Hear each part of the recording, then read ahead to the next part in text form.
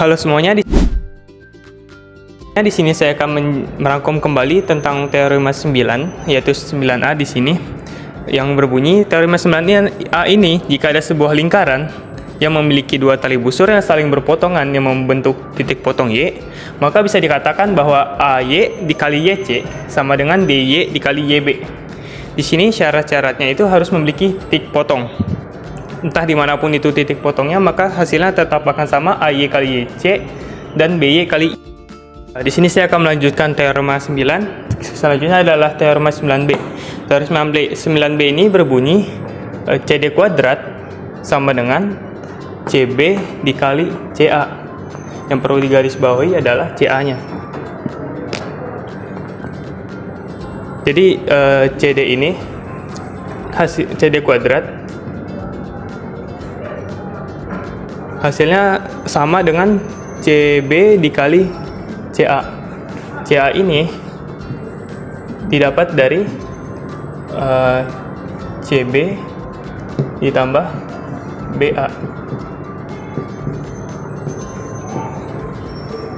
Selanjutnya adalah teorema 9C. Teorema 9C ini berbunyi jika ada sebuah lingkaran yang dilalui oleh garis sekant, maka hasil CB dikali dengan CA hasilnya akan sama dengan CD dikali CE. Lagi-lagi yang perlu digarisbawahi adalah ininya.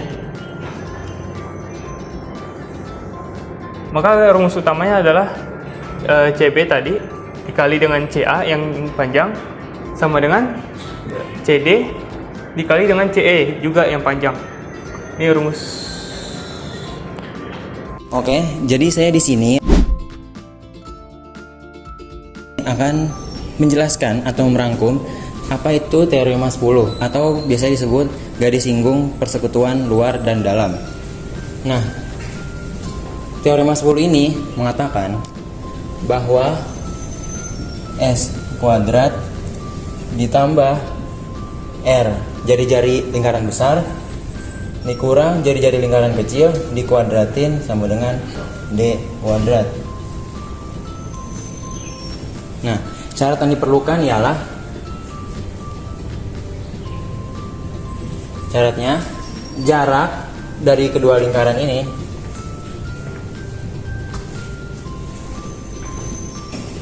harus lebih besar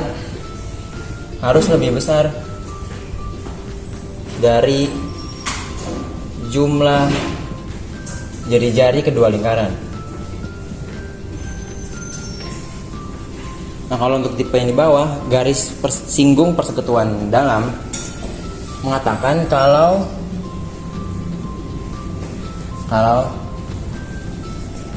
R jari-jari R besar ditambah jari-jari R kecil dikuadratin ditambah G kuadrat sama dengan D kuadrat. Syaratnya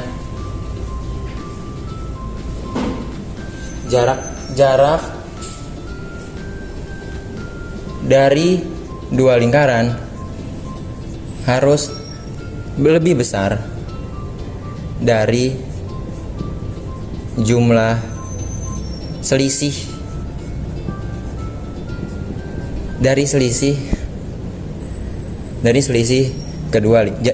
selisih jari-jari kedua lingkaran. Nah, ini dapat diambil kesimpulannya. Untuk menggunakan rumus teorema 10 ini, persekutuan luar dan dalam, kedua lingkaran jaraknya harus lebih besar dari jumlah jari-jarinya untuk yang luar. Dan untuk yang dalam selisihnya harus lebih kecil. Jumlah selisihnya, jarak dari kedua lingkaran harus lebih besar selisihnya dari jari-jari dua lingkaran. Sekian dari saya. Jadi selanjutnya saya akan menjelaskan teorema 11, yaitu teorema Pitot, yang dimana teorema Pitot ini menyatakan bahwa setiap segitiga atau segi 4 yang memiliki 3 garis atau 4 garis pada suatu lingkaran, mereka adalah memiliki panjang sisi-sisi yang berlawanan, yaitu sama.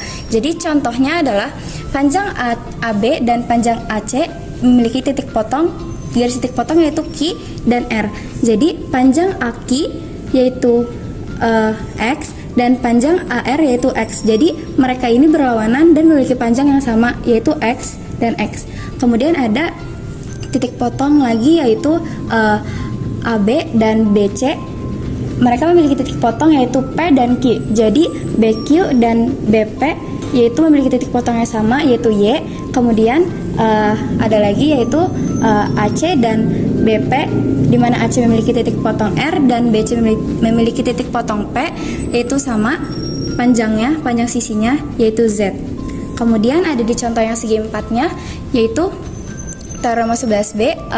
Sebenarnya sama cara pengerjaannya, tapi ini hanya berbeda garisnya saja, yang dimana panjang AL dan MN memiliki garis titik potong yaitu A dan B. Jadi panjang MA dan panjang MB yaitu sama yaitu W. Kemudian panjang NB dan NC yaitu sama X karena mereka berlawanan. Kemudian ada panjang LK yaitu memiliki titik potong D. Jadi panjang dari KC dan KD ini sama jadi Y. Kemudian ada titik potong ini juga ML dan LK yaitu titik potong AD. Jadi panjang mereka yaitu sama Z. Selanjutnya kita beralih ke teorema 13 atau teorema Ptolemy. Nah, jadi teorema Ptolemy itu menyatakan bahwa hasil kali panjang diagonal sama dengan hasil kali dari jumlah panjang sisi yang berlawanan. Dengan syarat keempat titik sudut persegi ini tuh harus berada di satu lingkaran yang sama. Nah, jadi panjang AC dikali panjang BD itu sama dengan panjang AB dikali panjang CD ditambah panjang BC dikali panjang AD. Baik, di sini saya akan menjelaskan kesimpulan tentang teorema Van Schooten atau teorema 14. Di sini teorema Van Schooten menyebutkan saya akan membuktikannya sedikit saja melalui teorema Ptolemy. Sini dikatakan bahwa AP kali BC sama dengan AB kali CP plus AC kali BP. Yang mana kita di sini dikasih tahu bahwa di sini ada segitiga sama sisi. Jadi kita bisa simpulkan bahwa sisi panjang BC, panjang AB dan panjang AC itu adalah X karena mereka memiliki panjang yang sama. Jadi karena panjangnya sama, kita bisa kurangi mereka semuanya. Jadi hasilnya teorema Van Schooten bunyinya adalah AP sama dengan BP ditambah CP. Ada juga beberapa syarat yang harus dimiliki untuk menggunakan teorema Van Schooten. Yang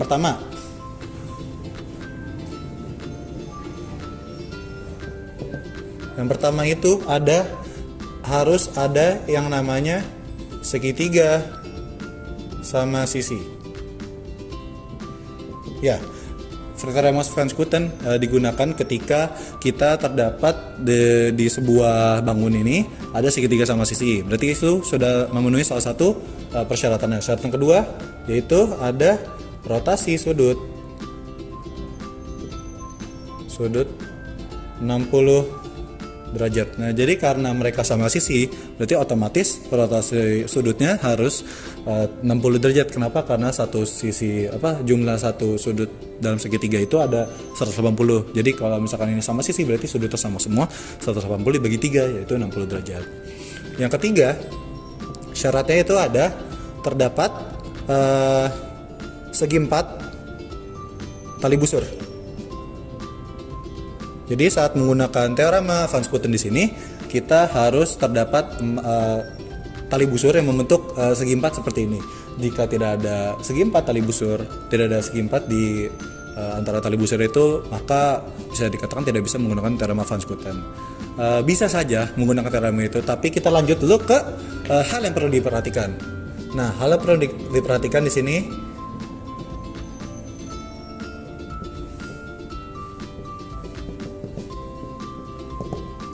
itu adalah tidak semua segitiga itu bisa langsung menggunakan teorema Van Schooten.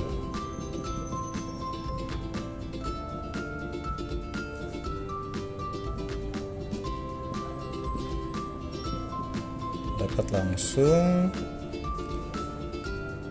menggunakan teorema van Schooten. Jadi segitiga di sini tidak semua dapat menggunakan teorema van Schooten secara langsung, tetapi bisa digunakan apabila segitiga-segitiga yang ada di sini itu menggunakan modifikasi seperti pendekatan aljabar, atau bisa juga dengan pendekatan trigonometri, dan juga bisa menggunakan relasi antara teorema lainnya sebelum teorema 14 atau van Schooten ini. Jadi sama seperti tali busur ini bisa juga dimodifikasi dengan teorema sebelumnya. Ya, jadi ini adalah kesimpulan saya mengenai teorema van Schooten. Terima kasih. Oke. Jadi setelah kita mempelajari berbagai teorema yang sudah dibahas di beberapa menit sebelumnya, sekarang saatnya kita menerapkan teorema tersebut dalam sebuah soal. Jadi di sini ada soal diberikan lingkaran dengan pusat omega, dan di sini ada struktur geometri seperti ini, dan kita disuruh kita disuruh buktikan kalau misalkan ini KL sama dengan MN. Jadi kita list dulu kalau misalkan ini panjangnya 3. Jadi di soal dikasih tahu kan kalau misalkan ada titik keluar P sedemikian sehingga ketika ditarik dia menyinggung lingkaran omega di titik K dan memotong lingkaran omega di titik E dan G, dan garis GP ini memotong tali busur BC di titik F dan juga memotong tali busur AD di titik M. Jadi dia memotong di perpotongan antara tali busur KM dan AD di titik M. Jadi langkah pertama yang kita lakukan adalah kan kita belum tahu nih panjang ini. Baru kita bisa menggunakan teorema power of point itu ketika kita udah tahu panjang ini. Nah, sekarang kita melakukan pendekatan nih dari dia kasih tahu kalau misalkan ini kuadrat sama dengan ini kali panjang keseluruhan. Jadi kita bisa list KP kuadrat sama dengan EP kali PG. KP itu 9 kuadrat berarti 81 sama dengan EP 3 dikali PG itu 3 EF tadi 8 3 tambah 8 tambah X tambah 2 berarti sama aja 81 kali 3 kali 13. Iya 13 X 13 plus X. Ini kita bagi 3 berarti 27 sama dengan 13 plus X, maka X sama dengan 14. Ya. Jadi kita tahu kalau misalkan panjang dari MF itu adalah 14. Dan dari soal juga dikasih tahu kalau misalkan segitiga LMF adalah segitiga sama sisi. Yang berarti ini juga 14. Ini juga 14. Dan pada akhirnya kita bisa menggunakan teorema power of point terhadap ini AD NK dan BC dan KN. Jadi kenapa kita melakukan itu? Karena kita mau ngebuktiin KL sama dengan NM. Jadi kita harus menentukannya dari dua persamaan. Oke, saya mau hapus.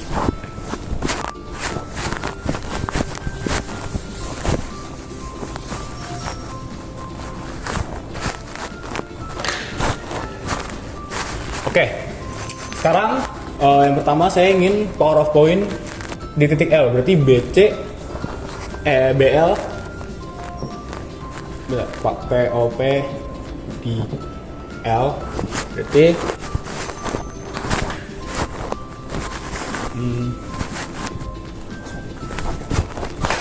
POP di L berarti BL kali LC sama dengan KL kali LN.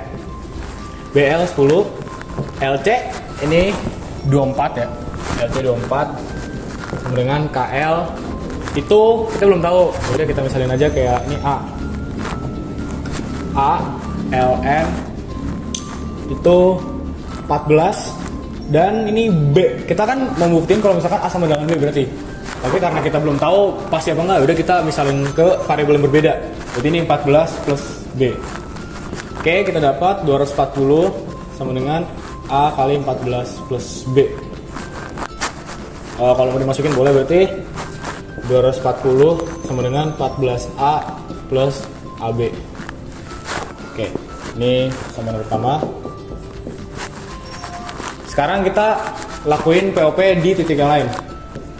Itu POP di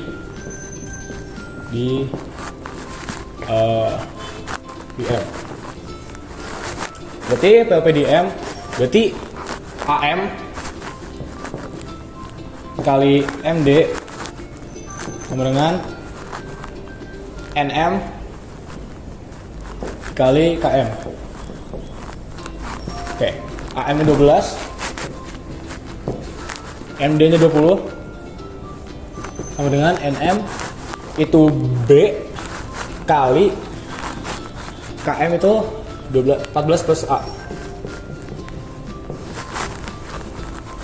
Oke.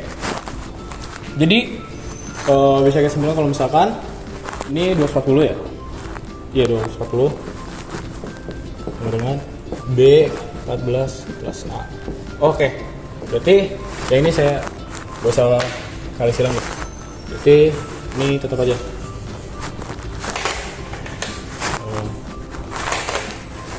Supaya kita bisa tahu polanya itu kayak gimana. Ini persamaan satu. Oke. Kita dapat informasi seperti ini. Bisa kita gunakan untuk membuktikan kalau misalkan A sama dengan B. Oke.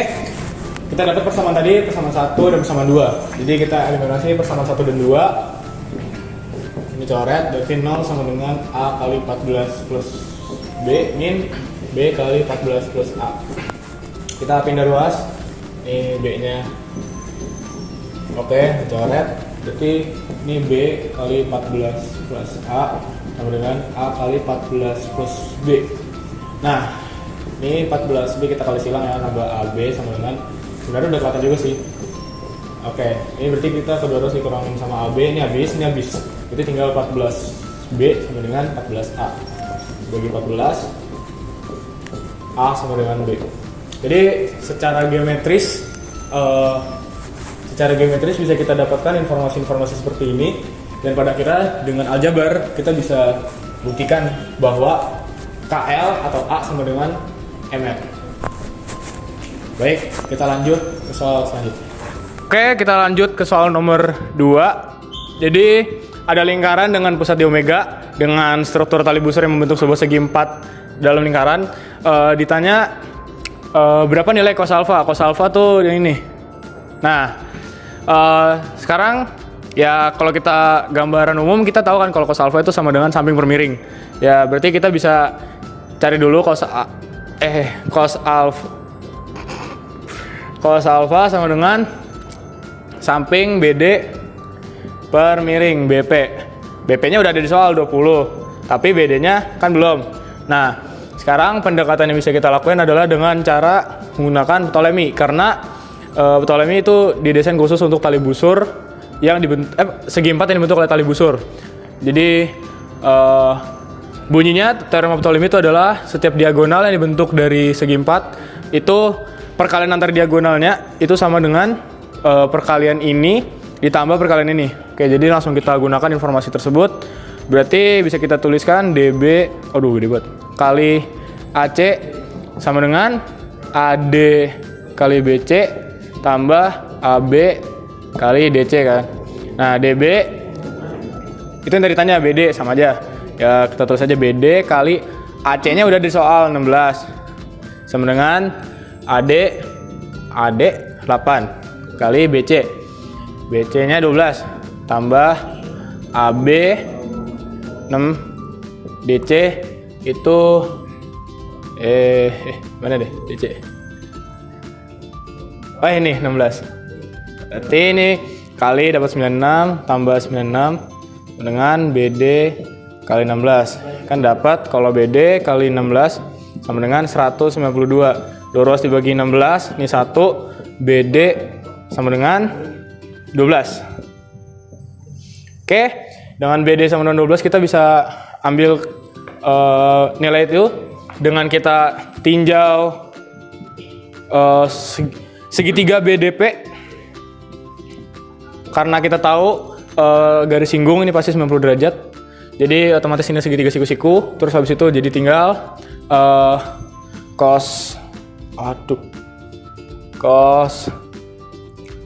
alfa sama dengan BD-nya itu tadi, ini tadi ya, 12 per 20. Iya, 20. Kan panjang BP 20. Berarti sama aja kayak, ya tinggal dibagi 4 kan. Bagi 4, jadi dapat 3/5. Jadi nilai cos alfa sama dengan 3/5. Atau kalau misalkan mau di arcos 3/5, itu sama aja kayak 53 derajat. Baik, kita lanjut ke soal nomor 3.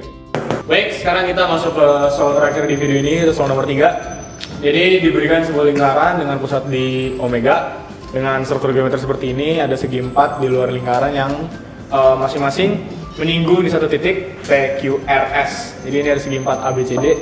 Terus garis singgung AD sama BC diperpanjang sampai membuat sebuah segitiga bersatuan di E. Jadi diketahui di sini tinggi dari segitiga AEB itu adalah 12 satuan. Ini bisa ditulis. Nah, sekarang ditanya luas dari AEB. Ya berarti kita luasnya sama dengan setengah alasnya itu AB kali tinggi itu 12. Cuma di sini AB-nya masih belum diketahui. Gimana caranya? Kita bisa menggunakan teorema Pitot yang ini untuk segi 4. Dimana AB tambah CD sama dengan AD tambah CB. Bisa kita coba di sini, kita gunakan ya. Jadi AB tambah CD sama dengan AD tambah CB. Sini AB itu masih belum diketahui, tambah CD-nya itu 15 sama dengan AD itu 8 tambah CB 27. Maka AB tambah 15 sama dengan 35. Oke, semua kedua ruas dikurangi 15, ini habis.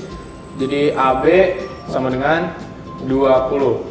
Maka bisa kita substitusikan, kita tinjau segitiga AEB. Luasnya dari segitiga AEB sama dengan setengah kali alasnya 20 kali tinggi 12. Ini bisa simplifikasi dengan 120 satuan luas. Baik, sekian dulu dari video kali ini. Kalau misalkan ada teman-teman yang ingin bertanya, silahkan tanya di kolom komentar. Sekian, terima kasih. Assalamualaikum warahmatullahi wabarakatuh.